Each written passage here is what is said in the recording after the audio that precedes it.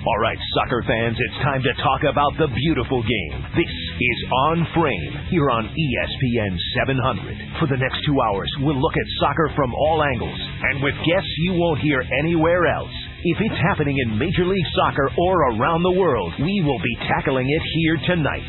Now, your hosts of On Frame, James Rust, Brian Dunseth, and Trey Fitz-Gerald, right here on ESPN 700. And soccer fans, welcome in On Frame. Happy Tuesday night. James Rust alongside Trey Fitz-Gerald and Brian Dunseth. Happy to be with you for the next 2 hours as we talk all things soccer, Real Salt Lake. We'll talk about the U.S. men's national team. They'll be in action tomorrow night in Mexico. Did you just drop Mexico? Absolutely. I absolutely did. And be trying to get a victory south of the border. We'll see what can happen. We've got a good guest list. It's never happened. It has never happened. So we'll be looking for a first. A lot to get to. Good lineup. Kwame Watson-Siriboe will be joining us on the program. And Siriboe. That's when I said that. You made it sound like it came out wrong. Yeah, it's all right. Yeah, it came out Just wrong. having a little fun. Kwame Watson-Siriboe. I've already heard a double negative in there somewhere. Okay, so we are off. No, and rolling. you have not. Sorry. Okay, here we go. James Rust, Brian Dunseth, Trey Fitz-Gerald. What's up, boys? Nothing much, man. What's going on? You know, just living the dream, and another day, another dollar, another day. Here we go. Let's start things off with last weekend. Obviously, the road woes. It's been much discussed. Kind of ready to, quite honestly, move on from the topic, but the results just haven't been there. Yeah, I mean, and I think people are freaking out because this team has lost 4 straight road games in all competitions, 3 MLS, and obviously the CONCACAF game in Costa Rica. People fail to remember that the team was 4-2-2 on the road before that kind of skid, and that 4-2-2 is on pace for maybe a top 5 road mark in the history of MLS. And Dunny, having played in this league as long as you did, talk a little bit about the parity and everything that goes into why it's so hard to win on the road. I mean, usually the top road team each season wins maybe 6 games. And it's just, other teams defend their home field the same way we do. So I kind of don't understand the furor over why it's difficult. Vancouver hasn't lost it at home once this year. They're a top 5 team in the league. I think one of the things we're always harping on, what we always come back to, is the fact that the bar has been set. When you're so good at home, you expect that those results kind of go down the road and level themselves out. The difficulty for Real Salt Lake is every time they go on the road, they're coming into town. It's a championship caliber matchup. It's the Real Salt Lake, LA Galaxy, New York Red Bulls. Those are the teams that everyone circles on their dates because they know it's going to be a great game. And unfortunately for the team right now, with the amount of injuries, with the amount of just issues that they're facing, psychological issues on the road. Fatigue. The fatigue issue, that spark that something's missing. At the end of the day, they're being held to the fire because of how good they've been, in the last couple of years, historically going out and figuring out ways to get results. And listen, at the end of the day, this league is about hitting that rhythm at the right time. And right now, I don't think anyone ever thought that the San Jose Earthquakes would be sitting at the top of MLS, 47 points, 4 points clear of the next closest team. And I think the frustration level from a fan's perspective looking at this Western Conference is you see how quickly the Eastern Conference has kind of come around with Sporting Kansas City, New York Red Bulls, Houston Dynamo, Chicago Fire, DC United. Even a team like Montreal Impact, even though they have 13 losses, they've got 10 wins already. So I think now when you're starting to look at the schedule and you're peeking at the standings, it's frustrating because Real Salt Lake is a much better team, top to bottom than the stats and the results have been showing recently. Well, and I think part of the reason, and I mean to Trey's point, and Dunny, you hit on it, the fact that RSL got off to a blazing start, and it was almost like, oh wow, we're basically walking through every game, picking up 3 points. And I think that set the bar early, as you mentioned, Dunny, on the season. But then I think part of, to Trey's point as to why people are up in arms was it's not just that RSL was falling on the road. They weren't scoring goals at all. And Trey, maybe you know off the top of your head, I believe in all runs of play, 400 minutes. It got past the 400-minute mark as far as no goals. Yeah, it was 460. I want to somewhere in that ballpark. 360 and 450. Okay, so I mean that's a long stretch, and obviously you can't win if you don't score. Well, and I think from a frustration level, it kind of goes back to the U.S. Open Cup and when things started going wrong. And just when you feel like you turn the corner and you start getting these great results, that once again you take that step backwards. And the hardest thing is to consistently recognize that, important players are missing. Just flat out important players are missing. That being said, we have also set the standard in which that we are holding the players accountable and the team accountable for the amount of depth that this team has. So right now, we talked about it all season long, heading into the start of CONCACAF Champions League, is that you got to get that buffer, because once CONCACAF Champions League starts up, you got those midweek games. You're on top of those, 3 games in 8 days. I think it's what 5 we've gone through, 5 series. We've gone through 6 of them. 6 of them, actually. So 7th starts Saturday. Yeah, so you think about the amount of fatigue that starts to set in, and I think just by watching the team, sometimes you have a spark missing, and sometimes you have a little bit of bad luck, fall in favor of bad luck for you, great luck for an opponent, and that's exactly what you saw for the first goal. Big clearance goes off the back of Chris Winger, and it falls to a very static Camilo who wasn't continuing his run. He just completely stopped. The ball just fell for him. Yeah, no, and it seemed like also kind of the stretch where things were starting to kind of unravel a little bit for Real Salt Lake even a couple months ago was the amount of, how often teams were capitalizing on even minimal mistakes made by Real Salt Lake. And that was, Dunny, as you pointed out, kind of one of those, and not even a mistake, just kind of a lucky bounce. But that first goal for Vancouver on Saturday, that kind of set the tone and made it difficult for RSL from that point. I don't know if I want to say it sets the tone, but obviously it forces you to chase the game a little bit more. I think when you give up a goal just after 5 minutes of giving up the opening goal, that's what hurts you. That's what kills you. And I said it during the game. For Dane Richards to hit that goal, the positioning of Chris Winger, how far out he was, the fact that he had completely taken away the near post, and to bend it around Chris and to tuck it inside the left post. Listen, that's a great goal. Oh, absolutely. There's no doubt that you have to give an incredible amount of credit to Dane Richards for that goal. But I'll tell you what, you give Dane Richards that opportunity 100 times, and he's making it once. And that's that's just the way sometimes the game is. It's a cruel game, and not that Real Salt Lake deserved 3 points, because I don't think they did. I think you're seeing a Vancouver Whitecaps team that was highly motivated off the results 2 weeks before, was coming off a full week's rest from the bye week, and changed tactically their adjustment to try to limit the amount of touches from Kyle Beckerman. I think that's why you saw Barry Robson play so high.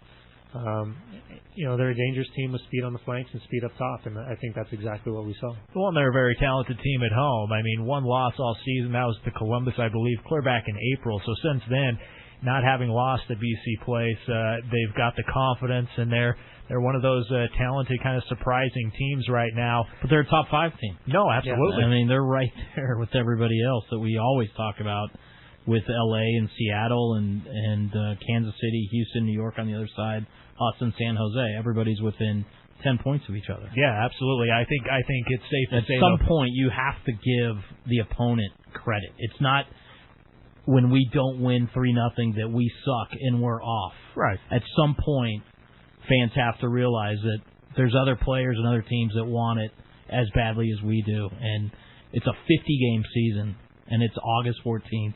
And it's not time to start freaking out. Well, and just to kind of make it a little bit realistic, is that when you look at the top 5 teams in the Western Conference, realistically, they're 3 games out of first place. Yeah. They're 9-10 points out of first place. When you look at that drop-off afterwards, FC Dallas is in 6th place in the Western Conference, and they are 21 points off the pace of San Jose. So right now for Real Salt Lake, anytime you're facing an FC Dallas, a Chivas USA, a Colorado Rapids, a Portland Timbers, has to be 3 points. At home, on the road, whatever it may be, has to be 3 points. And that's who RSL's gotten fat on this year is the non-playoff teams. I think we're 9-2-1 against teams that are not currently in the playoff picture. We're roughly 500 against teams that are. And so to your point, Dunny, they've got to keep that up when Dallas comes to town. And, we may be of two minds a little bit because CONCACAF is 72 hours later. You've got Kyle and Nick and Will and Sabo coming off games tomorrow. So it's going to be interesting to see what Jason Kreis decides to do. He said it an hour and a half ago right here on this station that he may have to start looking at rotating the squad a little more than he has been in order to keep everybody fresh down the stretch. Because we remember in 2010, which was our best season ever, and we lost the Supporters' Shield on the last day. I don't think we lost our last 15, 16, 17 games, but we were done. There was no gas left in the tank for that first-round playoff series against Dallas. And that's why, in my mind, hoping that we can turn things back on as we get ready, I would gladly sacrifice, a muddled Supporters' Shield or a stupid Supporters' Shield, if I'm going to quote Bruce Arena, because of the unbalanced schedule, in order to be at full strength for a playoff series when you're going to have to see a Seattle or a Vancouver, most likely, maybe in L.A.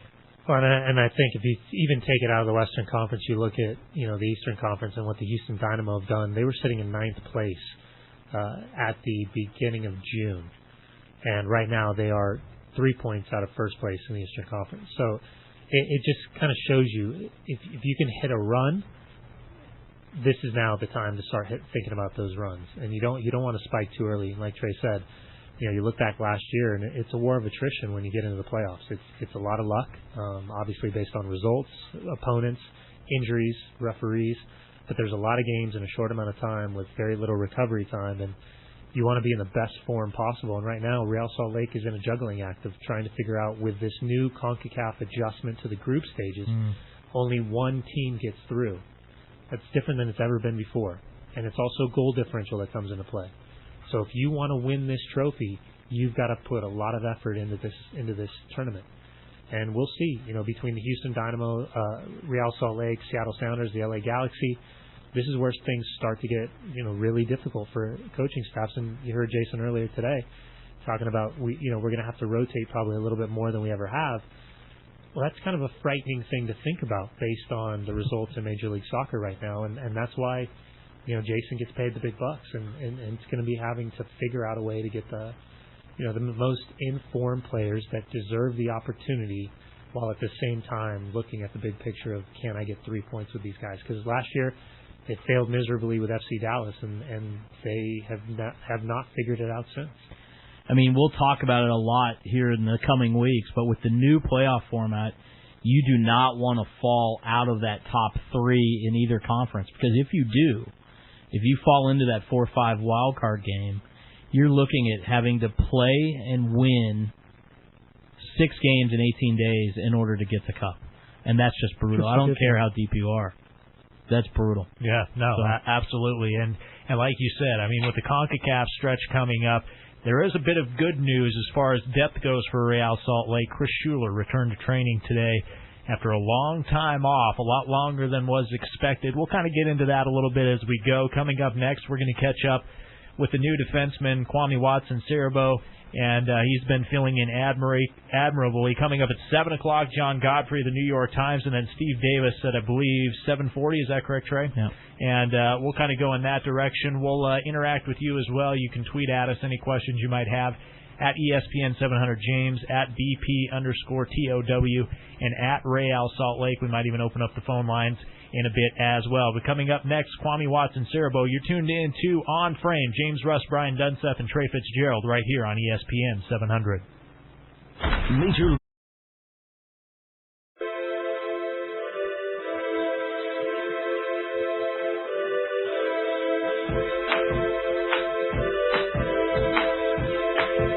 Back to more soccer conversation on Frame, here on your home of RSL, ESPN 700. And we welcome you back in. James Rust, Brian Dunseth, Trey Fitz-Gerald with you here on Frame. We go until 8 o'clock tonight. 6 to 8 on Tuesday nights is when we do it here on ESPN 700, talking RSL, talking MLS, talking U.S. men's national team. Like to hit on it all. We also take your questions via Twitter at ESPN 700 James, at BP_TOW, and at Real Salt Lake. And we also bring you the finest guest list possible for a soccer show. And up next is Kwame Watson-Siriboe, the newest, one of the new faces on this Real Salt Lake team. And he's had to just really jump in head first as injuries have plagued Real Salt Lake, and he's filled in and done a wonderful job. Kwame, we appreciate you making time for us. How are things? Things are good. How are you guys doing today? Doing well. Hey, just to kind of start off, you were thrown right into the fire only a couple days with this Real Salt Lake team before making your first appearance, as you were acquired by the team back at the end of June. But how has your transition been, being not playing in Major League Soccer last year, stepping back into it this year? How have things gone for you, do you feel, through the first few games for you? I think I've done okay. I think one thing, I'm still continuing to get game fit, and I think that our coaching staff has done a wonderful job with helping me along with the transition from not playing to playing. And I think my mentor CJ Brown has helped me a lot. A lot of coaching staff, Dan, Jeff, Miles, and also Coach Christ have just definitely given me a lot of confidence to step in. Also with such a great captain as Kyle Berkerman, great leaders as Ned Grabberboy, Nick Ramondo, and also the man beside me that makes me look good, Nat Borchers. Hey, Kwame, talk a little bit about that transition when you got the call from either CJ or Garth or Jason, whoever gave you the buzz and said, hey, you're on our side now. We need to get you on a flight from Chicago. Talk a little bit about, how upset that made your world, but probably excited about the opportunity to get a fresh start. Yes, I think it was very, very exciting for me. I came into the league with Chicago, played in 2010, a couple of games, 10 games here, but it's definitely been an exciting and up and down road where I'm very, very grateful for the opportunity that Real Salt Lake decided to go with me. Being not playing for about a year and a half, it's kind of hard to take a chance on a player that's really unknown, but I think I'm very, very happy with the decision and getting back to doing what I love to do. Kwame, is it true that Ayala High School and Chino Hills High School filed a complaint with CIF because you went to Canyon instead of going to where you're supposed to be in Chino Hills? I do not think that is correct. How'd you end up at Canyon, man? I knew I liked you. I knew you were 909, but how'd you end up at Canyon High School out of all places? My father, first, education's really big in my family. My dad's a chemical engineer. My mother's a biologist, so they were looking for the best schools in the area. And my sister's a brilliant biological science nerd in a good way. So my sister decided to take IB, International Baccalaureate, and also AP classes. And my father was like, you know what, it's on my way towards work in Anaheim, so how about we have both of you guys go there? Just as a quick little heads up, trying to get to Canyon High School around 7 a.m. is probably the worst decision you could ever make in your life. It is right off the freeway, and it is 2 lanes of traffic going into Los Angeles, and you have rocks the size of basketballs flying at your windshield because of trucks going left and right. But also, little known fact, one of the best high school soccer tournaments each January came out of Canyon High School. Yeah, I actually realized that after I left and went to college, where a lot of, I guess they decided to host a tournament, I think, in Cal State Fullerton, where it has decided to be very, very big. When I was playing, high school soccer wasn't that exciting and that competitive, but it seems like a lot of kids are deciding to play more and more. Come on, man. You got to give us credit. It's Southern California. That's a hotbed for soccer. Unfortunately, education's not that big at Cal State Fullerton, though, right? Yeah, see, there's a cheap shot across my... I went to Cal State Fullerton. Great soccer stadium, great field. My 3 semesters were spent on staying eligible, no study hall, and trying my hardest not to declare a major. Just full disclosure. I think, But I think, Southern California has some of the most brilliant people, but also, some of the best soccer players in the United States of America. I think it's good. You touched on it. When you're drafted, you go to UConn, which is at that time is the staple of soccer in the Northeast in terms of that's the university that you want to go to play soccer. You get drafted 26 overall, heading into Chicago. It's just tumultuous. The coaching, the debacle that's going on that side. You've got a technical director / general manager that's got his fingers in, thinking about becoming a coach. You're 2011, when you go on loan and you head down to Tampa Bay, from an egotistical standpoint, how do you approach being told, hey, we're going to send you on loan, we want you to get as many games as possible, but at the same time, you're internalizing that and saying, no, I'm good enough. I can absolutely play in this team. What is going on right now? How did you deal with that situation? At first, it was very, very difficult for me. And as you said, you believe in yourself and you want to do the best, and you also believe that you can play at the highest level. But I also took it as a sign that maybe it is time for me to kind of get away from the situation in Chicago. They did not need me at that point in time, so I spoke to my parents and they thought it was the best decision. I also spoke to my brother Chokudi Chichindu, a lot of other professionals that are in the MLS but also abroad, and I think that the best thing to do is to get games. In order to develop and advance your game, you need to get games. The reserve game, the reserve league is okay, but only playing 10 games out of a whole year is not really going to advance you at all. So I think that is something that I was very happy, and I had a great coach by the name of Ricky Hill down in Tampa who told me, you know what, you're stressing yourself out, just enjoy football. Play easy, be comfortable on the ball, and I think that was a very, very great situation for me to continue to have my mind stimulated and also have my mind focused on it's just a game. There's no reason to be scared or be fearless of making a mistake, and Coach Ricky is definitely a person that has been an inspiration in my life and has helped me to continue to push forward to be a good professional someday. Well, I appreciate that hidden little backslash of Chukwudi Chichindo, Damien graduate. See, I know my history here. Yes. So when you're going through 2010, you got C.J. Brown, you got these established guys that have been around the league forever, and then you fast forward 2 years later and you find yourself getting that phone call and having the opportunity to come to Real Salt Lake. When you see guys like Matt Borges and Jamison Olave and Chris Schuler, how do you approach this opportunity? Because you've been given an incredible opportunity to play a lot of games early, but I can't imagine that was the first train of thought that you would have that so early and so much opportunity that's been given to you. Yes, I think it's something that for me, not playing for a year, I thought I honestly hit rock bottom. I thought I wasn't good enough. I was down on myself, but I had a good core group of friends and family that told me, hey, you know what? I believe in you. So I think that was something that allowed me to believe in myself. And as soon as the opportunity came, I was very, very excited about it. I've been speaking to CJ a lot my whole career in the MLS, and he's always had a good head on his shoulders, which, he's a very, very wise man, and he's helped me a lot throughout my whole career to stay fit, always encouraging me to stay fit, always to stay sharp, because you never know when your opportunity is going to rise. And I got a call, and I was very, very excited. And like you said, I didn't really anticipate coming in playing immediately, but Coach Christ and I think CJ was definitely a stepping stone and definitely a person who continued to push for me to play, and I was able to live up to the standards. But I think working every day after training with CJ, it will continue to help me to be the Nat Borchers or the Jamison Olaves.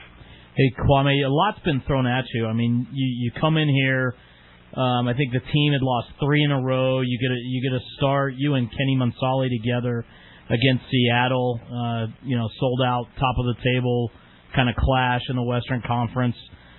You've been here for 8 games. You've started 5. You've come off the bench in 3. And one of those is down in a CONCACAF game in Costa Rica. Kind of walk us through what's going through your head when first Nat gets the red card, and then Homison does his hamstring, and all of a sudden you're back there next to Chris Winger. It happened so quickly, and CJ was like, "Hey, time for you to step in," and with a smile, and I definitely enjoyed it because now that I realize, there's no reason to be stressed. It's just football. It's just life. It's easy. So seeing CJ smile and tell me to be ready, and also Coach Christ telling me, "Hey, it's your turn," I was able to go on relaxed and play confidently, also with right next to Chris Winger. But I honestly, being here, I've had the whole team's been great to me, and they've been a great supporting cast to me to help me to continue to adapt to the team, because I've only been here for 8 games, and I think a lot of people are very happy with it. I'm happy with it as well, but I still have so much to learn. Kwame Watson-Siriboe is our guest here on Frame. James Rust, Brian Dunseth, Trey Fitz-Gerald with you.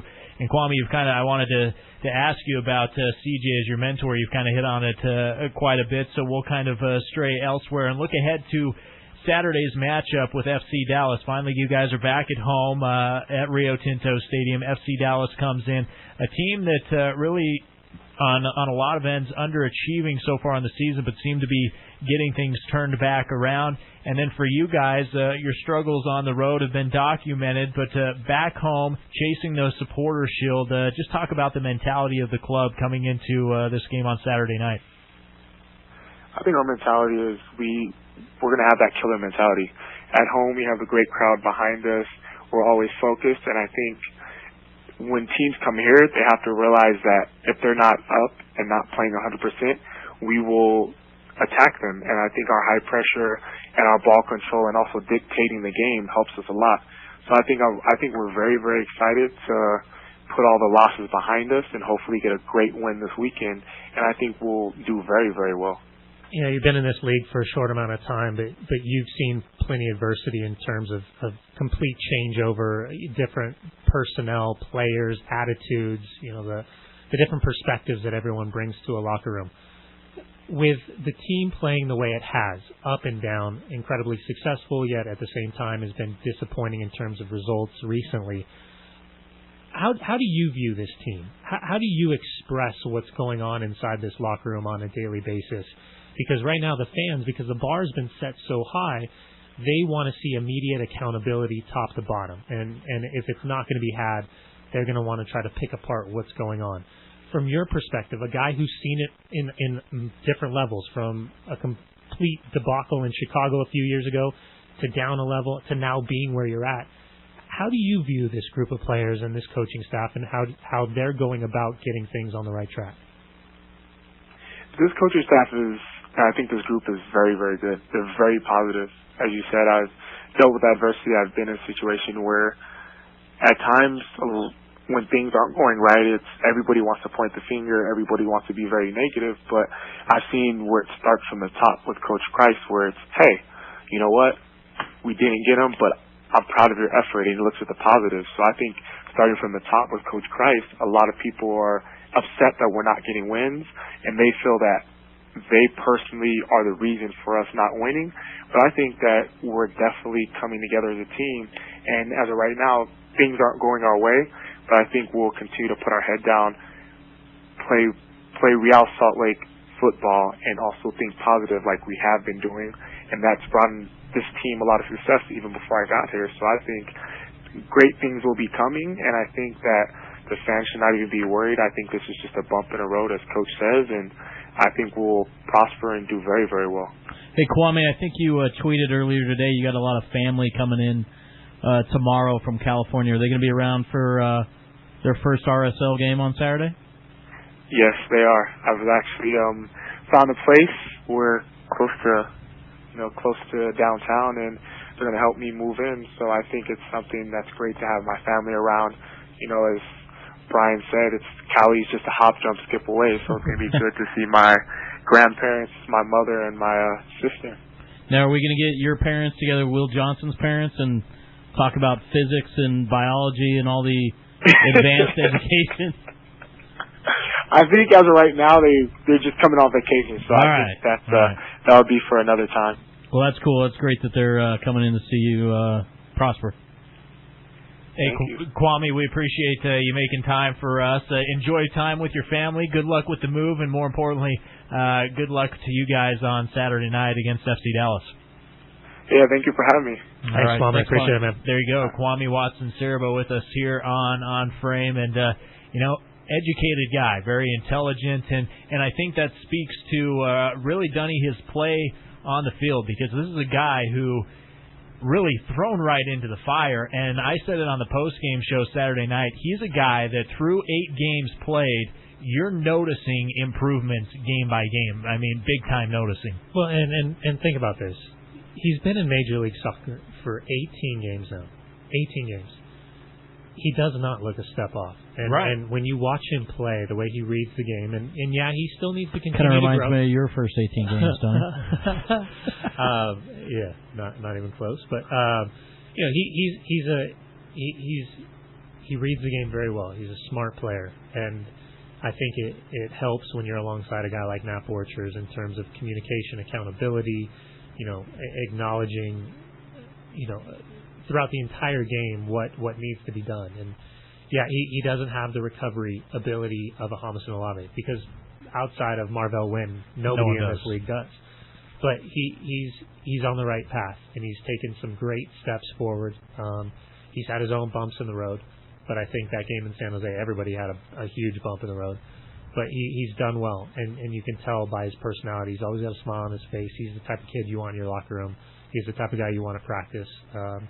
And I hope that he continues to develop, just like I do the same with Chris Schuler, because if these two players, Kwame and Chris, can develop into the players that they should become, Real Salt Lake's going to be looking good at the center back position for a long time to come. So there you go, Kwame Watson-Siriboe with us here on Frame. If you missed any of it, it'll be up on the website shortly, ESPN700sports.com. We're going to take a break. On the other side, we'll open up the telephone lines to you, 877-353-0700. Again, 877-353-0700. If you want to interact with us here on the program, James Rust, Brian Dunseth, and Trey Fitz-Gerald. Next segment is all about you. We'll also, you can get us on Twitter at ESPN700James, at BP_TOW, and at Real Salt Lake. Back with more on Frame next, right here on ESPN 700.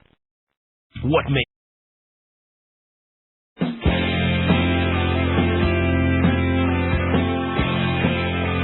is On Frame, Utah's only soccer insider show on radio. Now back to the boys on ESPN 700. And welcome back in. James Rust, Brian Dunseth, Trey Fitz-Gerald with you here on I feel like I'm 14 again with the Blue Oyster Cult. What's going on? Hey, nothing wrong with Blue Oyster Cult. Okay, good stuff. Good stuff.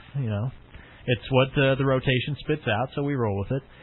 But taking your questions, if you want to interact with us here on the program, this segment's open to you. The phone line to get us is 877-353-0700. Again, 877-353-0700, or on Twitter at ESPN700James, at BP_TOW, and at Real Salt Lake. We just caught up with Kwame Watson-Siriboe, and Trey, we were kind of talking a little bit during the break that this is a guy who...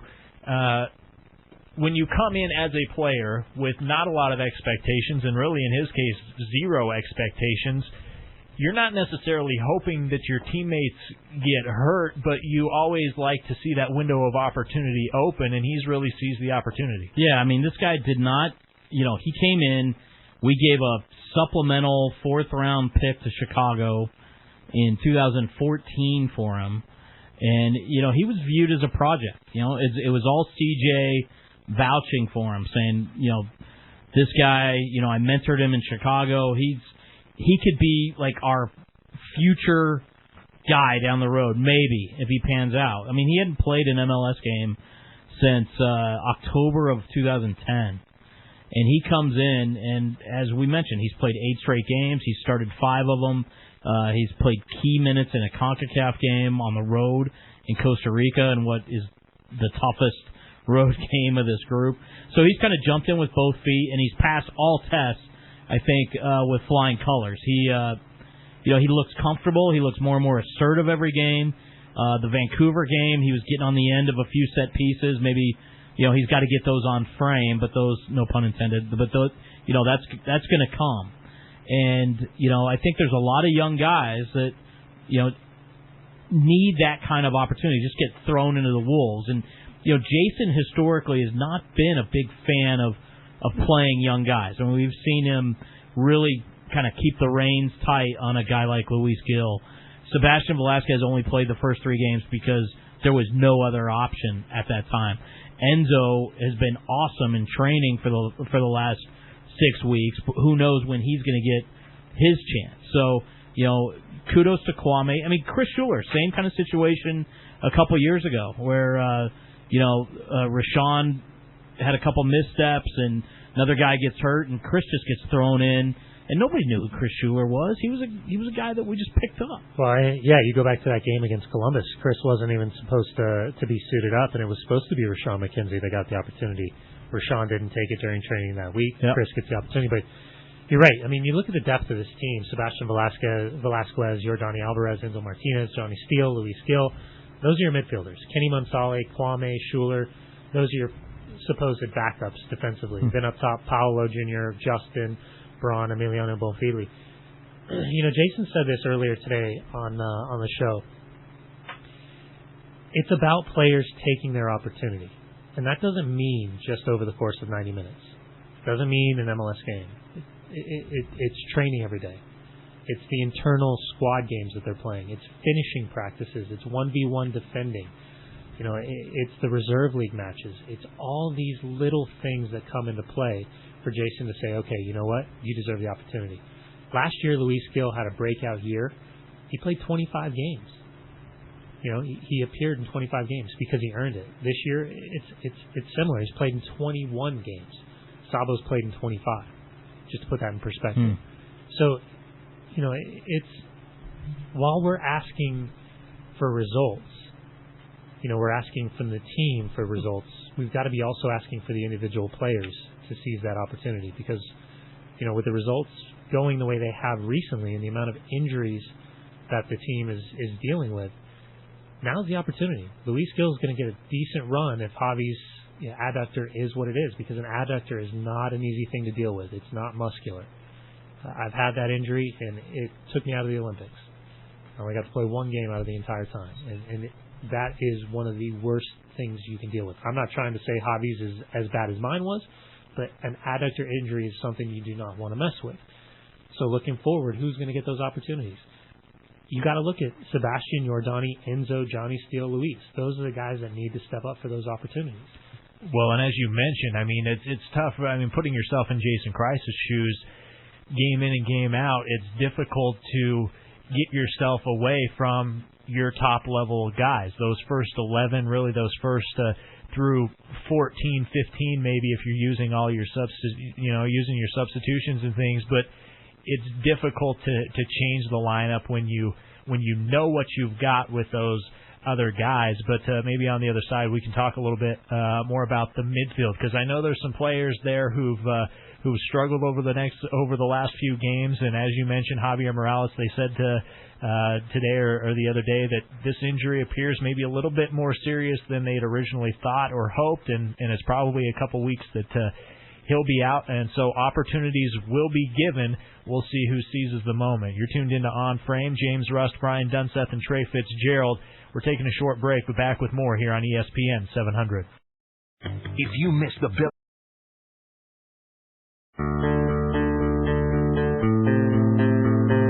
you're listening to On Frame, the Soccer Insider Show. To join the program, call 877-353-0700. Now back to the boys on ESPN 700.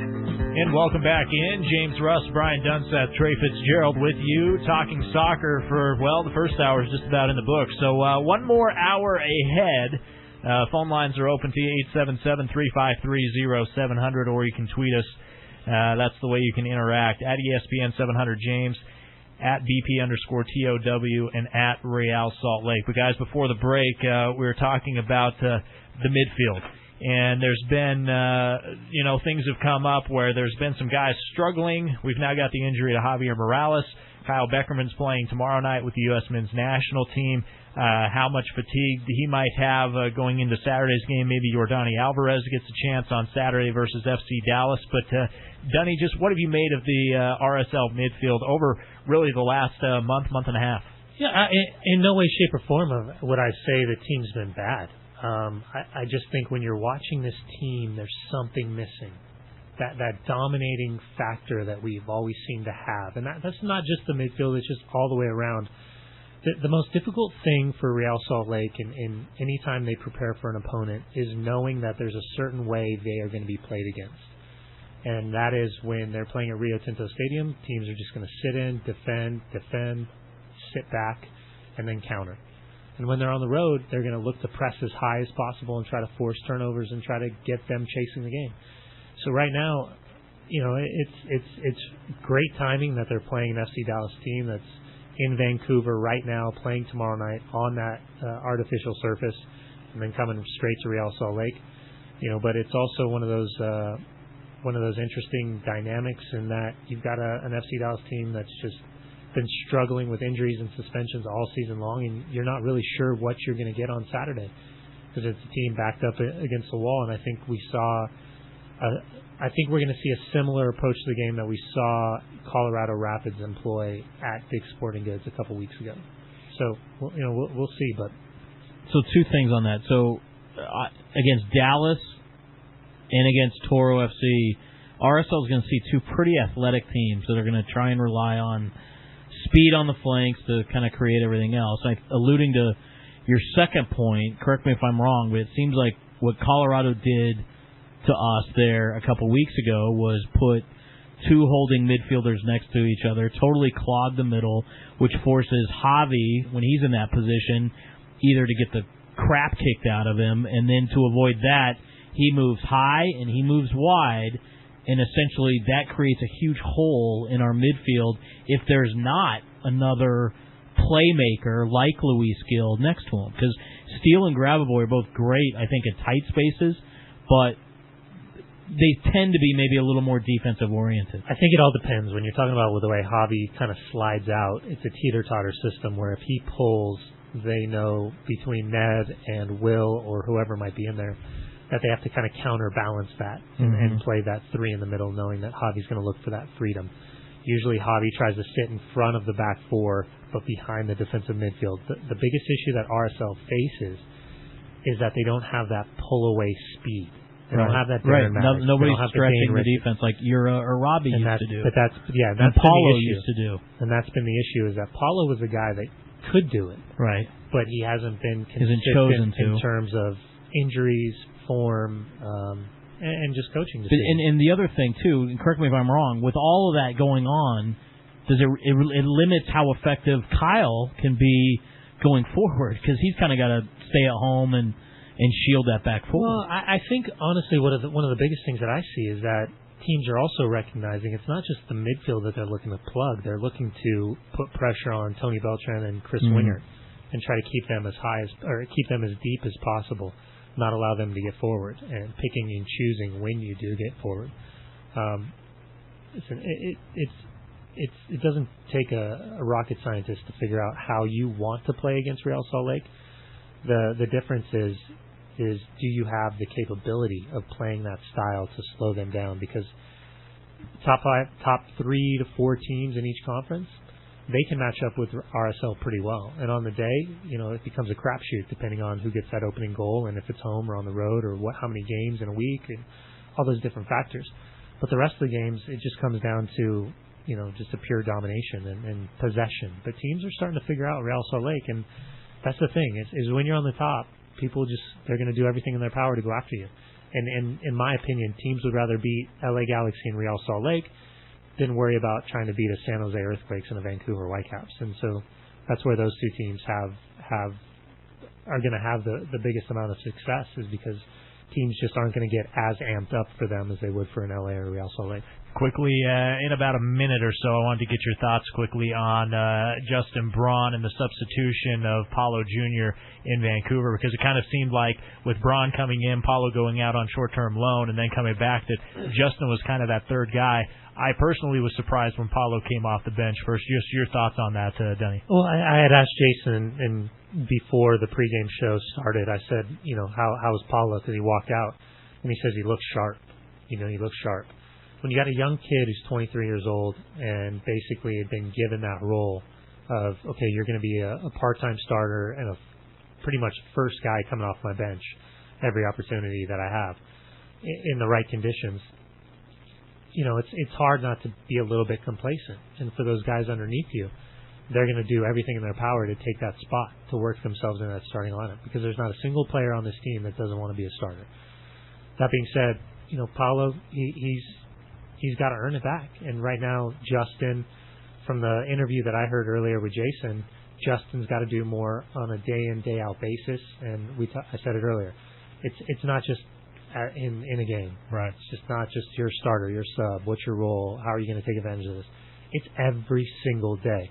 And if you can show up every single day and earn it, then you get the respect of your coaching staff. And when you get the respect of your coaching staff, that's when it makes it difficult to leave your name out of the starting 11. Yeah, no, the comments you're alluding to from Jason earlier on the Bill and Hand show saying, the forwards have got to be scoring goals in the run of practice and things like that as well. Coming up next, John Godfrey of the New York Times.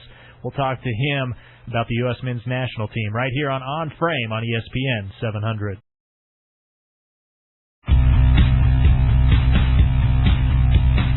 Back to more soccer conversation on Frame, here on your home of RSL, ESPN 700. And welcome back in. Hour number 2 underway. James Rust alongside Brian Dunseth and Trey Fitz-Gerald. Let's get right to it. Our next guest, he writes for the New York Times, John Godfrey, with us here in Salt Lake City on Frame. John, appreciate you making time for us. How you doing? Hey, great. How you guys doing? Doing well. Hey, I wanted to start with you with the game tomorrow night, U.S. men's national team against Mexico, friendly going on, and reading your latest blog post, just kind of obviously an interesting lineup pulled in by Jurgen Klinsmann, leaving some of the bigger names, so to speak, that one might know, and really scattering a few more MLS guys into this lineup. What do you make of Jurgen and kind of his point is, we play every game to win, but in kind of reading your article, what do you make of the lineup that he brought in? When I first saw the lineup, I felt like Michaela Maroney on the podium with the silver medal. I was not impressed. But the more I think about it, the more I realize the U.S. has absolutely nothing to lose. Right now, Mexico is on top of the world, and they're definitely on top of CONCACAF. And if they win 3-1, 2-0, so what, right? From a U.S. perspective anyway. But if Jurgen and his guys go in there and just get a tie, then all of a sudden Mexico's knocked down a peg and 115 million people are starting to think about, maybe the U.S. has got us again. So the more I think about it, the more I realize the U.S. has nothing to lose. They should just go out and throw some punches and see what happens. John, one of the things that we as players used to talk about anytime we were in national team camp was we want to play the big teams. We want to get that experience. We want to get bled in the most uncomfortable situations possible.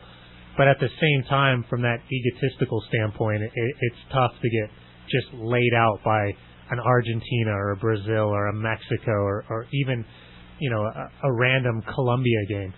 How is the perception changing now that Jurgen's kind of made it clear that he wants to put these younger players, even if it's not his best team that he could possibly choose, he wants to put these guys in those uncomfortable situations, and he kind of has a free pass in terms of getting away with maybe some unsavory results.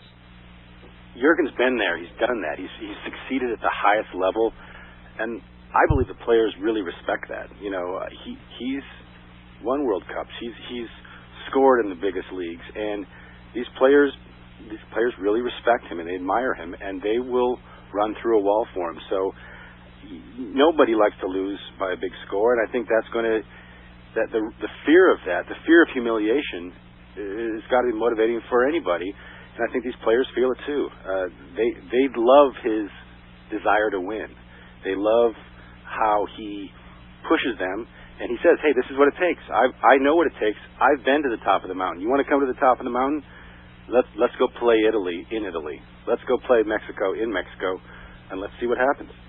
Hey, John, and we really appreciate you joining us here tonight. I know you're on vacation, but let's get into some of the individual players. What's the biggest shock for you? Is that Alan Gordon's late addition? Is it Maurice Adu playing center back? And is it whatever another five that we could talk about? What are some of the more surprising, I guess, eyebrow raising choices that Jurgen made here? Well, I think the U.S. strike force is actually in a really good spot right now with Josie, Clint, Terrence, Hercules. Chris Wondolowski has just really forced himself into the conversation. Mm-hmm. And then you have guys like Chris Pontius, Will Bruin, and Eddie Johnson, who seem to be the next guys in line. So when Alan Gordon's name came out, you could have knocked me over with a feather. It was shocking. And if you're on Twitter, if you're on the internet, if you have a computer, I think you realize everyone else felt the same way. It was just a big surprise. So what the logic is behind that, I have no idea. Maybe he's thinking his fellow teammates from the Earthquakes there'll be maybe some chemistry that's built in because there's not a lot of time to train together. I don't know. As far as the back line, I think Maurice Adu starting in center, which everyone seems to think is a done deal. Is that part of the future, or is that just part of this patchwork quilt because so many guys aren't available, or Klinsmann declined the option to bring in the Clarence Goodsons and Carlos Bocanegras of the world? So that's a big question for me. Is Maurice Adu is in a spot right now where he's going to have to fight for time in the midfield with Danny Williams coming back. Stuart Holden's getting better. Jose Torres is making a play for he's almost a must start now. So all of a sudden this midfield is incredibly crowded, and I think Maurice Adu has an opportunity now to say, yeah, I want to be part of the first 11, even if that means I'm going to play center back. Well, I think what's interesting with Maurice is, you look back in 2008 at the Olympics, and he played center back. Yep. But I've always felt like with his athleticism, you being able to turn and run, that's always the difficult task of taking a D mid and making him a center back. But in terms of possession and being able to play out the back, probably be a pretty positive. But I got to ask you, you brought up Alan Gordon, and 9 goals in just 7 starts, 16 appearances. That's a great return for a guy primarily coming off the bench. But would we have been better served of maybe taking a look at his teammate Steven Lenhart, a player that can virtually do the same thing but has a lot less of years on his legs? Yeah, I mean, the age thing is a big issue. I don't have it committed to memory. I think that Alan's 30 years old. This is his first potential cap. It just seems like a funny time and a funny place to give him this opportunity when even Lenhart, Lenhart, Pontius, Bruins, all these guys have a few, are a bit younger and could have a greater, potential to join the team for 2014 and beyond. So I don't think, Alan Gordon's doing great. He's having a great season, but I don't think the track record over the long haul points to inclusion in this roster. Hey, John, we'll bring it here local, and we would love your kind of unvarnished viewpoint on what is Kyle Beckerman's role in the Jurgen Klinsmann national team. Is it waning, and does he have any shot at 214? He has a shot. Klinsmann loves the guy. I think that Kyle is a leader. He's a very, very good MLS player, and I think the question that everybody has is, does he have the speed, the foot speed, and also the speed of mind to succeed at the international level? I think that he's probably going to start on the bench. That's my suggestion, that Danny Williams, Jermaine Jones, if they go 4-2-3-1, will probably be those two guys in front of the back four. But I think that all the intangibles that Beckerman brings are exactly the kind of things that Klinsmann values. He points to Beckerman and says, Kyle does everything I ask of him, and he wants everyone else to follow suit. So I think he's definitely in the mix for 2014. That said, I think if Kyle Beckerman is starting, and you're starting 11 in the 2014 World Cup, then you might not have a real strong chance, because he does lack those physical tools you sometimes need to succeed at the highest level. John Godfrey, our guest here on Frame. He writes for the New York Times, covering soccer, obviously. James Rust, Brian Dunseth, Trey Fitz-Gerald with you. And, John, what kind of daunting task really is this for the American side to go into Azteca 0-23-1 all time against Mexico on Mexican soil? Is this something, how daunting is the task, and how big should we really make this game? I actually think that it's not daunting at all. I mean, yes, it's a huge spectacle. Hopefully there won't be bags of urine or worse being thrown at the players, but it's happened before. But I think if they get the right mindset, and Klinsmann is a very smart guy, that they can say, hey, we got nothing to lose. Let's go for it. This team is clearly a level or two above us right now, so let's go out there and swing. Let's see what happens. So if they can find that mentality, I think that they can at least conquer that aspect. Now, if in the first 8 minutes they're down 2-0 and the crowd starts getting even louder, then yeah, it could be ugly. I mean, I think the big fear in everyone's mind is that humiliation factor. They don't want to be blown out. They don't want to be on the wrong side of a 4-0 or a 5-0 score. So I think the first 10 minutes, such a cliche, but the first 10 minutes will be very important and very telling for how the rest of the evening will go. John, I got to ask you about Brek Shea.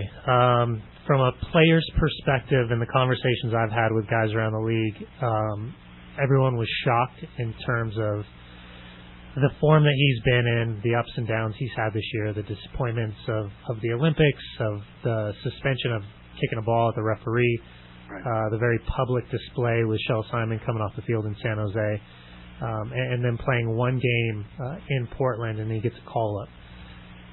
From the media's perspective, how are you guys wrapping your head around this incredibly talented kid who last year had a breakout year, and this year has been incredibly inconsistent, yet still has all the physical tools to take that next step? When I was down in Panama with the team in January, I spent some time with Brek, and I spent some time talking to Jurgen about Brek. And there's a real rapport there. There's a real belief that Brek is a special, special player. Brek said that when he spent his time at Arsenal, it was such a happy time for him because all of a sudden he was around people that were moving and thinking and playing as fast as he likes to. And even though he was kind of sheepish about it, he said that he felt like he could play with these guys. Arsenal, Robin Van Persie, and some other names, Jack Wilshere. I mean, so he's incredibly confident, incredibly gifted. Jurgen believes he's special. And I think it's just a matter of let's get this guy, let's just change things up. Let's just give him a new environment. Let's start to build him back up because the guy is just defeated. You can see it in his play. You can see it in his face. I wish we could see it in his haircut, but he's kept it. But I think it's just a matter of go practice with the team, feel good about your future, about yourself. And, I would be very surprised if he saw any significant playing time, but I think this will be a good start of the rebuilding process for Brek, and that's only a good thing. John, in your time around Jurgen, do you feel like he has more of an appetite for working with MLS teams and players and coaches and giving them opportunities that, for whatever reason, Bob Bradley was not willing to do? I've never thought of it that way. I don't think he's pro or con MLS. I think that when you see his A team, for lack of a better term, it is still Europe-centric, and I think he does openly encourage players to go succeed at the highest level. And let's face it, the Bundesliga, Serie A, English Premier League is a higher level than MLS. So I think that Klinsmann is a realist in that regard. But I think, hey, Landon Donovan plays in MLS. Give him a shot. Kyle Beckerman is one of Jurgen's go-to guys. He plays for, well, you guys know where he plays. So I don't think it's a real factor to him. I think that he wants players to go to the highest level they can go, and I think he'll pick the best players. Hey, John, we're going to cut you loose. As Trey said, we know you're on vacation. We'll let you get back to better things. But why don't you tell people quickly where they can find your stuff? I know you're active on Twitter as well as on NewYorkTimes.com. Yeah, I'm a little too active on Twitter. No such I'm working thing. on that, but there's a reason behind that. I'm launching my own American soccer website with 4 buddies. in the month of September, probably around September 15th. It's called American Soccer Now, and when that gets a little closer to the launch date, I'll stop tweeting so much and start expressing my thoughts there. But my Twitter handle is JH Godfrey, and New York Times Goal blog is where I do most of my writing, and I'll be writing about the game from afar. And thanks for the opportunity, guys. I really appreciate the time to chat. Hey, John, feel free to dub Real Salt Lake America's team. That'll be my first post. Thank you. He can't control himself. I apologize. All right, appreciate it, John. We'll catch up with you again soon. Thanks, guys. There you go, John Godfrey of the New York Times. Good stuff there, and some good insight on this U.S. men's national team. We'll come back and kind of dive into some of his comments, and we'll open up the phone lines once again to you, 877-353-0700. If you've got some thoughts on the U.S. men's national team or want to interact about Real Salt Lake or really anything is fair game tonight on Frame. James Rust, Brian Dunseth, Trey Fitz-Gerald with you. 877-353-0700 is the telephone number. Again, 877-353-0700. Back with your calls and more next on Frame on ESPN 700. Avoid the...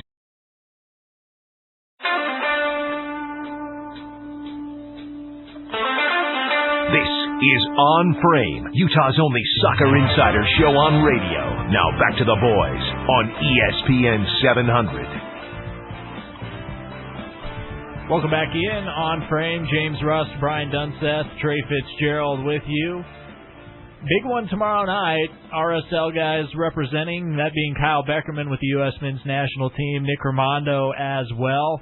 I believe an 8 o'clock, 8 o'clock Eastern time. Yeah, so 6 o'clock here, 8 o'clock Eastern. I just hope they play. ESPN. That's a lot of miles on Kyle's legs to not play.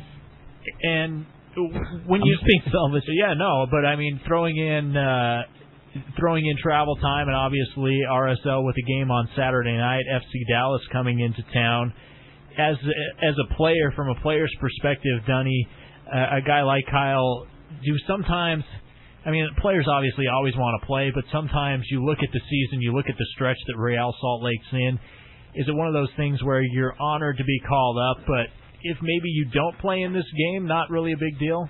No, I think you have to compartmentalize all of that. Everything you just said is a great argument to not be a part of something and not represent your country, but at the same time, as a player, you have to look at this as this could be my last opportunity.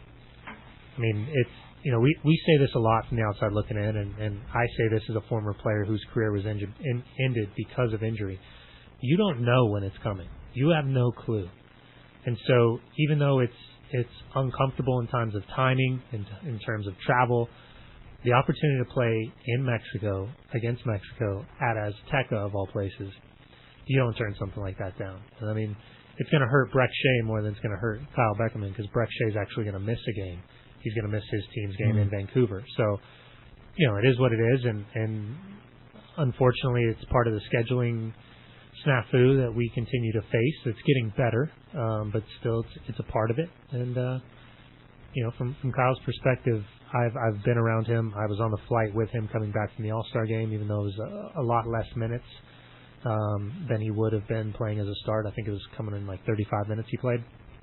He still handles himself with the utmost professionalism and class. I mean, even after the All-Star game, he said he grabbed some dinner and went to bed early. He was on the 6 a.m. flight with me. I mean, you know, he looked sharp, he looked healthy, he looked... Bill Riley can't even make that flight with you. Yeah, Bill can make the flight. His paperwork just can't make the flight. All right, and I mean, also though, so we've got Kyle Beckerman gone for international duty, Will Johnson, Alvaro Saborio, and then Will Johnson's in Florida playing against Trinidad and Tobago for Canada. Sabo flew back to Costa Rica, where we just were. They are hosting Peru in the same stadium where we played Herediano. I got to think those guys are going to be a little gassed. I was going to say. I mean, Will flew from Vancouver to Miami, which I think is the longest flight in what is essentially the continental U.S. And then, we know about that Costa Rica trip. So, again, we talked earlier about young guys getting a chance and seizing an opportunity to step up. And, maybe Dallas looks at Jason's lineup without some of our big names in it, and they think that they're being disrespected. But, that could be that door opening that Dunny was talking about earlier for a Justin Braun or Paulo Jr. or Sebastian Velasquez or Luis Gil or somebody to step up. And, Kenny Mansali has been in and out. I think we like what we've seen, but we'd love to see more. And does Winger or Beltran get a rest? Because 72 hours. It's not the typical, Wednesday, Saturday. It's a Saturday to a Tuesday. For that CONCACAF game. And we haven't talked much about this game, but this is do or die. This is must win. A tie puts you in a world of trouble. A loss almost eliminates you from the group. And, I guess mathematically you still have a chance, but against a Toro FC team that's going to be much better than what we saw Arbe Unido a couple years ago. And they're athletic. And, Toro reminds me, Dunny, when I think of them, of the 2010 Dallas team when they had Jackson and Jair Benitez and those guys before they broke down, when just flying up and down all over the place and giving RSL fits. Well, and we have seen Panamanian teams, and they're incredibly athletic. They are some of the most athletic players you're going to find in the CONCACAF region. They are technical. They are incredibly physical. They do not necessarily play the game the right way. They play the game the way it's laid out for them. And if that means they get an early lead, they will dive all over the place. If that means they're, scrounging back to get into a game, you'll see tackles flying in a whole different realm. But, Trey, you and I have talked about this more and more and more as we've seen CONCACAF Champions League evolve, is that it's not just two teams from different countries playing each other. It's two teams playing each other that are from different countries with a group of referees, of 4 referees, that are from another different country. And so not only do you have your opponent that you're dealing with, you have some type of language barrier that you're dealing with, because not every player is going to speak the same language as the referee, but you're also going to have the approach to the game be different from the referee's perspective than it would be from Mexico, or it would be from El Salvador. And we saw that in Costa Rica. Nat Borch saw it first. Well, and it's funny because I'm pretty good. I don't want to say friends, but acquaintances with Ricardo Salazar, the MLS referee. I've known him. You should fast track and become an MLS referee. Yeah, right. No thanks. I've known him for a long time, and we actually had this conversation just sitting at the desk in Portland for the NBC game, is the afternoon game, and he came up to me when he was going out to warm up, and we had finished our run through, and we were talking about it, and he said the hardest thing from a referee's perspective is what you're talking about, is that there's so many different approaches based on the individual country's federation of what is deemed an acceptable we talk tackle. about it just what our referees are hearing from MLS and U.S. Soccer and the Canadian Soccer Association. Yeah. You're exactly right. CONCACAF, there's 53 countries. Well, and I used the most simple, basic approach about it, and I said it seems as if it's the difference between a tackle in the English Premiership and a tackle in MLS. And what's acceptable, a tackle there is, a talking to. A tackle here, it's a straight red card. So, all those random things come into play, and we were just kind of just shooting the wind about it. About there's so many things. Did that he come take a stance on that tackle? Did he just say in MLS it's a yellow and? No, I'll keep that between he and I. But it would be stretching to say that he would go to the back pocket on that. I think. Okay, well, what do we know about this Toro FC team? Because, you talk about the Panamanian champion, I think just your everyday fan thinks of, oh, great, get the stretcher ready. But in all fairness, what do we know? Because this game is, it is right around the corner. Next Tuesday night, basically a week from tonight, 8 o'clock kickoff at Rio Tinto Stadium. And, Trey, like you said, this is a situation, Real Salt Lake back against the wall, and you're going to be without Nat Borchers and Hamas and Olave. Yeah, we'll talk a lot more about this game on next Monday's On Frame, but Toro is the team that's been in CONCACAF every year out of Panama, with I think the one exception was the year we drew Arbe Unido. So they are the pride, they are the quality of that league. and they have several Panamanian national team players on their team. Anybody that's followed the U.S. through the Gold Cup and CONCACAF qualifying, as well as Canada and Costa Rica because of Will-Nsabo, knows that Panamanian national team is a force. They're athletic, they're fast, they like to play, they're big, and they like to play, and they push the ball forward. They're relentless, I think, for 90 minutes, and it's going to be a tough test. Well, the hard thing for Tauro and for Rabi Unido and all these teams of Panama is essentially they become a feeder league. The league becomes a feeder league not just for bigger teams in the region, but, I mean, you're talking about going all the way through CONCACAF. You're going to South America. Any of these guys that are good players, great players, they're going to go down to South America to have the opportunity to play in just huge tournaments, play and actually make big money. The money is not the same. Carlos Rodriguez for FC Dallas, a player that we'll see on Saturday, he was a player for Rabi Unido who was signed after playing against FC Dallas last year. So the opportunities, these are players that are showcasing themselves. This is their World Cup.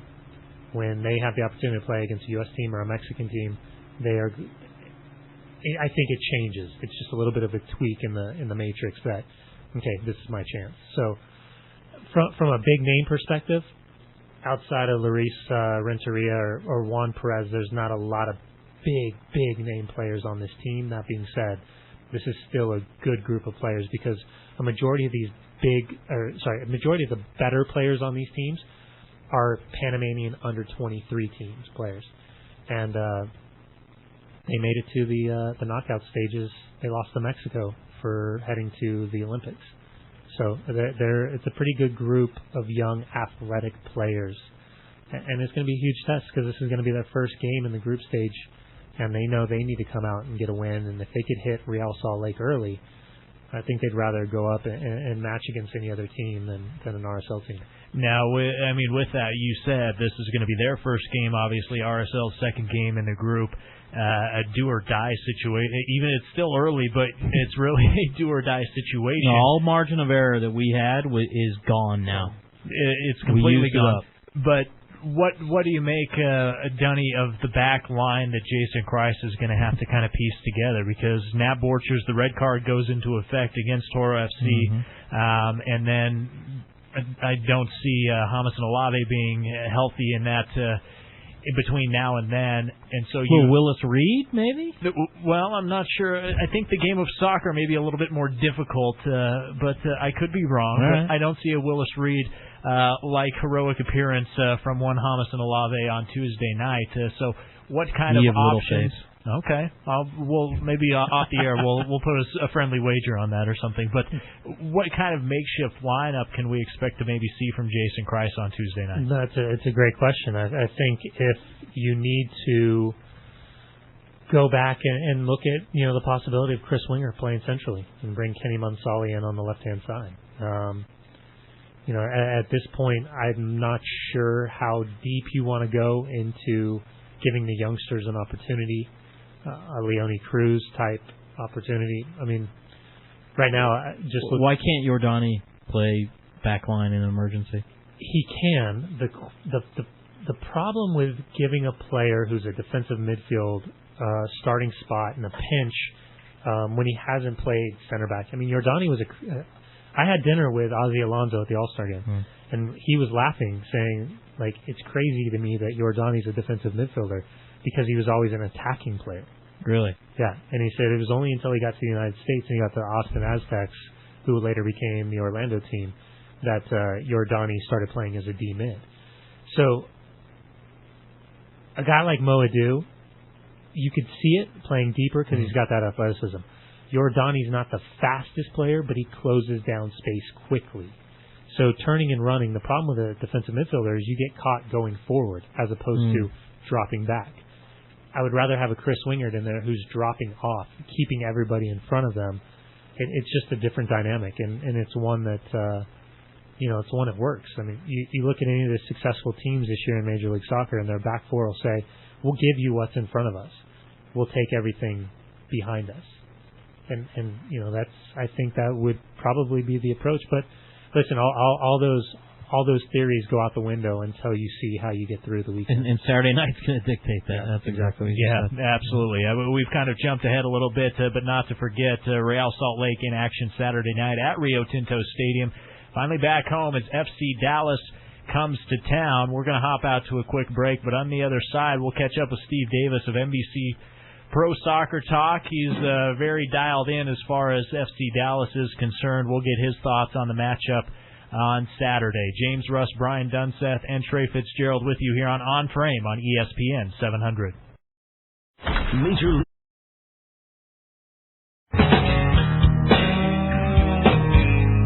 You're listening to On Frame, the Soccer Insider Show. To join the program, call 877-353-0700. Now back to the boys on ESPN 700. And welcome back in. James Russ, Brian Dunseth, Trey Fitz-Gerald here on Frame. Appreciate you making us part of your Tuesday night as we take you up to the top of the hour. Great guest on the line next, Steve Davis, national soccer writer, NBC Pro Soccer Talk. Steve, welcome in. Appreciate you making time for us here in Salt Lake City. Oh, man, you said great guest on the line. I thought, well, heck, who else I got? Great.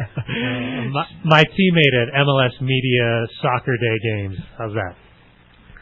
Steve. Oh, Donnie, I'm so sorry, man.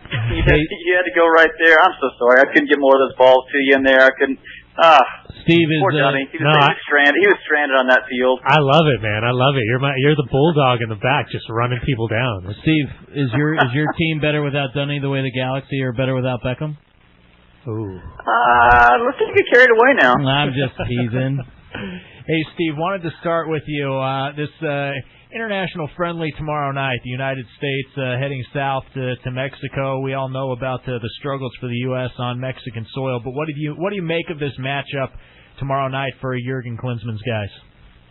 You know, what's funny, I was just thinking about that. The favorite thing I've ever seen, best thing that's ever been on TV for me was Band of Brothers. I was thinking about the scene where the general comes in and says, hey, I want a no BS assessment of what's going on around here.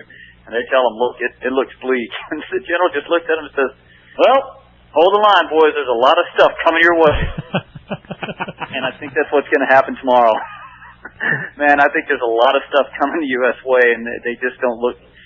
I think I'd like that Jurgen wants to go play these games, and I think he got caught in a bad spot here. I think that he said he came in saying this is part of the plan. We've got to play. He's going to play, I guess, a few of the middleweights and the regional lightweights, but he wants to play as many of these games as possible. He wants to blood these guys, but I think part and parcel with that is you need to have the right kind of guys there, and all of a sudden he got caught in a situation where his best guy on the back line really isn't, his club situation really isn't what it needs to be. Clint Dempsey is best up front right now. That situation has just evolved into a big old mess.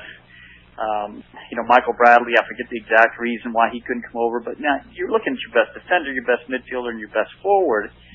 And you got guys on the back line that are just completely inexperienced, and they're going to put Maurice Adu back there, and man, it's got the potential to get really ugly because I think Mexico is very motivated. It's a good Mexican side. They're motivated. They've got they got the series. They've been beaten down in the series until the last little while anyway, and. So, hopefully the U.S. can go out there, and it's a friendly. It doesn't matter in the long run, but you don't want to see them go out there and get run off the field either. Steve, what raised your eyebrows more, the inclusion of Brek Shea into this roster or Alan Gordon somehow coming out of nowhere and getting called up at age 30, scoring 9 goals in only 16 games? The thing is with Brek, I get it. I'm not sure if it sends the right message to the rest of the pool, although I think most people are smart enough to figure out that Brek's got a big ceiling. He's there's a lot of upside there if they can get the doggone kid's head right. I don't know if they can. But this is their effort, to try to help move him along, move him out of the funk. So I get it. And the Alan Gordon thing was funny, Dunny, because what happened? I saw something on Twitter the next day, and it says something about Alan Gordon, and this is in the morning, I guess Monday morning, and I thought, Alan Gordon. And I'd written something about it on our Pro Soccer Talk the night before about the roster, and I just thought, how the heck did I miss that? Alan Gordon's on this team, and I didn't even notice it. What's wrong with me? And I've got to stop drinking. That's just all there is to it. Luckily, then I figured out, they kind of slipped him in at the last minute, and it wasn't on the first roster. And then I thought, oh, thank God, I can still drink. Answer your question, Alan Gordon. More surprised. Were you a little bit surprised that Stephen Lenhart didn't get an opportunity just based on kind of how young he is? And I look at Gordo, and there's no doubt because he's healthy and he's in the right team that he's had an incredibly successful year. But I look at Lenhart and I see some of the things physically he can do in terms of being that big point striker, that guy that can wear people down. And and I'll take a beating for this, but it reminds me of kind of the day-in, day-out stuff I saw with Brian McBride and what he was capable of doing. Now, I know I'm comparing apples and oranges, but with the way Lenhart kind of has that aerial presence in the box and how he can physically hold off multiple players, wouldn't it seem a little bit more realistic to bleed a guy like Lenhart as opposed to, extend the olive branch to a guy like Alan Gordon? Well, I guess, Dunny, there's two different... I would address this in two different questions. If you're asking me about Alan Gordon, I couldn't explain it. Or only Jurgen Klinsmann can explain that one. And look, he's shown he's shown to be a guy who's got some he's made some quirky personnel choices, and this is just another one in my mind. And he's got that right. And I'm not one of these people that gets upset about he's calling this guy or that guy or whatever. But I don't understand that one. But when it comes to Lenhart, you've forgotten more about soccer, Brian, than I'll ever know. So I hate to disagree with you on this, but Stephen Lenhart for me is a guy who doesn't really have the feet to play the international game. He's a guy who benefits tremendously from the lenient MLS refereeing. I think you put him with an international referee, he's got a yellow card within about 12 minutes. Now you got to worry about. Now you got to get he's a red card waiting to happen out there. He's, and then I think that. He is just a prototype guy who just is right for MLS and is not going to be right for a whole lot of leagues where the referees just aren't going to put up with all the stuff that he does in terms of instigating and just all the the clumsy contact and all that. So if he'd called Stephen Lenhart, I don't know, I might have just put my keyboard up, closed up the laptop, and just walked away and said, I don't understand. Apparently, I don't understand anything about this game. No, Steve, that game tomorrow is just an appetizer. The main course is. Saturday, RSL hosting FC Dallas, and then dessert is Tuesday, RSL hosting Toro FC. So in CONCACAF, a must-win game for this club. You've known Jason and Garth and Jeff and Miles and a lot of our cast of characters a long, long time. From the outside looking in, what's your assessment? Is it panic time here in Salt Lake, losing a couple road games in a row and not taking advantage of a few opportunities to flip-flop with San Jose? Help me out here. I'm not looking at it. Your record over the last 11 is 4-6-1. 4-6-1 right? over the last 11. Yep.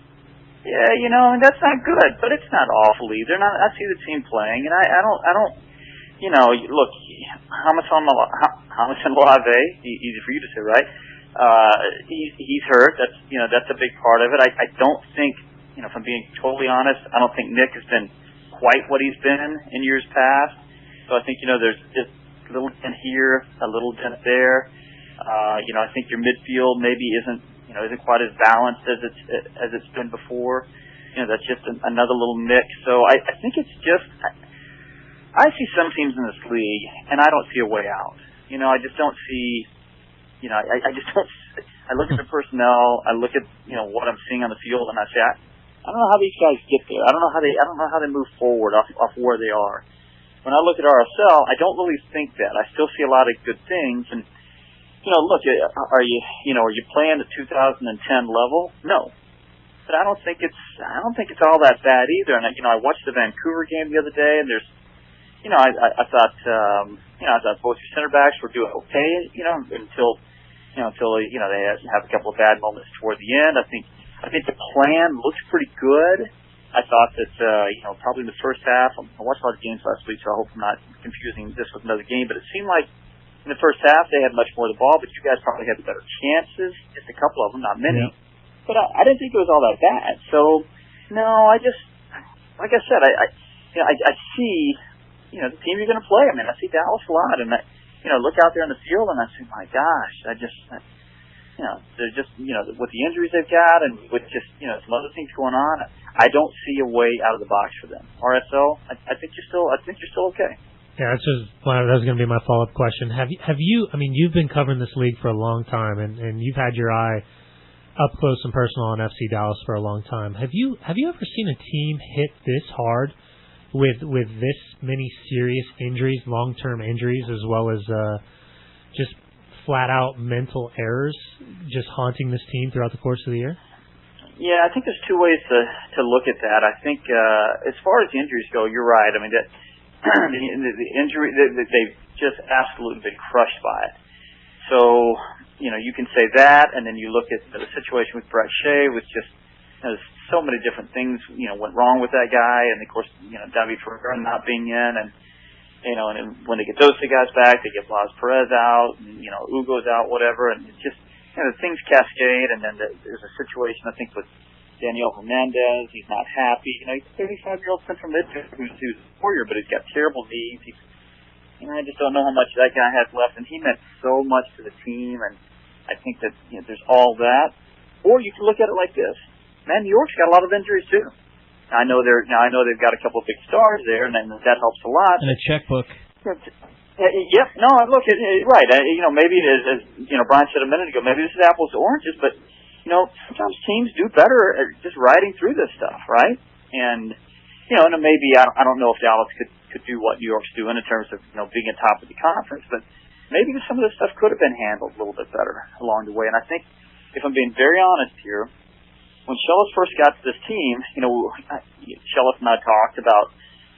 He asked me what I liked about certain teams. I said accountability. Look at Houston. The players are always accountable.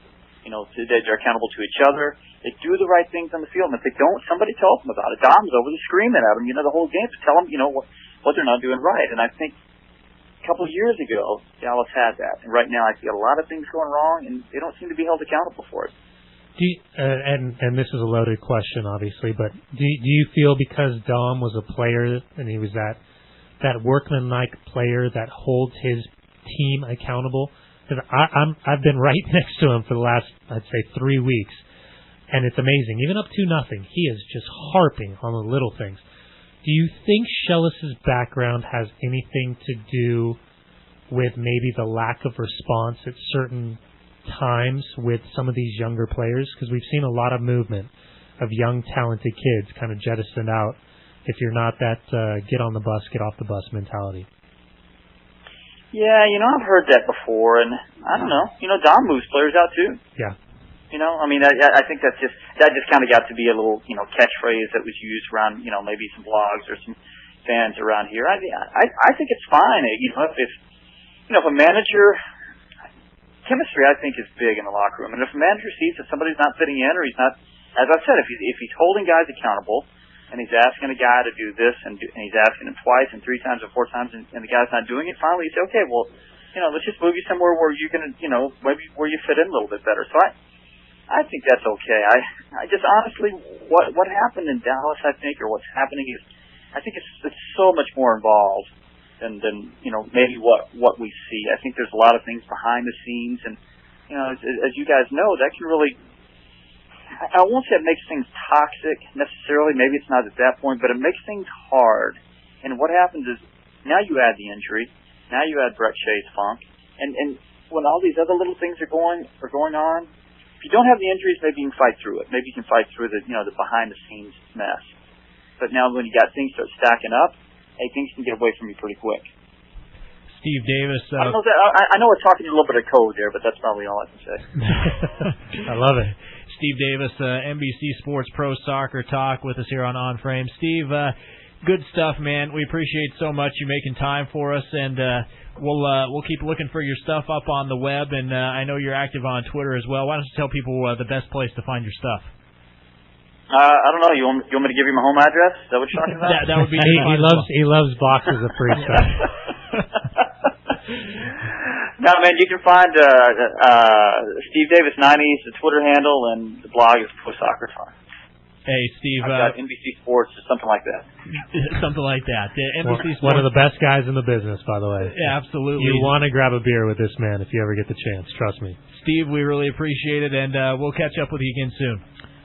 Cheers, boys. Thanks, See you down the road. All right, Steve Davis, Pro Soccer Talk, and good stuff there. Great insight on FC Dallas and the injuries, and just kind of a really underachieving. So if you think you have it bad, RSL fans, right now, take a look at what's going on down in Frisco, because it's rough. And Steve is speaking a little bit in code, and we've all got friends down there, former RSL employees in both the front office and on the coaching staff that we want to see do well. But man, have they just been hit with a ton of injuries. It seems like a revolving door of players, Dunny, and like you said earlier, you just don't know what to expect, who they're going to line up when they come out of Vancouver tomorrow night and into Rio Tinto on Saturday. Well, imagine this real quick. Blas Perez, who they signed, it's their first big signing that actually held. 9 goals. He goes on international duty with Panama. Think back to the last 2 international games that Sabo had to go to Costa Rica. Blas has been out that entire time. So 9 goals. Your leading goal scorer, out. Then you talk about Ugo Ehimulu. I talked to him 3 weeks ago. He can't even remember sometimes if he had dinner. That's how bad it is. Like he told me, like, they're shutting me down for 6 weeks. I can't even lift weights without getting just lights out. He headaches. was the leader of that team throughout everything. He was the top to bottom. Yeah. And then just little guys: Ferreira, Ricardo Villar, Castillo. Brek Shea, that issue. Jackson's out with concussions. He gets knocked out with the very last play of the game against LA, the game on NBC. I couldn't imagine. I could not. And I've done plenty of games. I'm going to do their game tomorrow.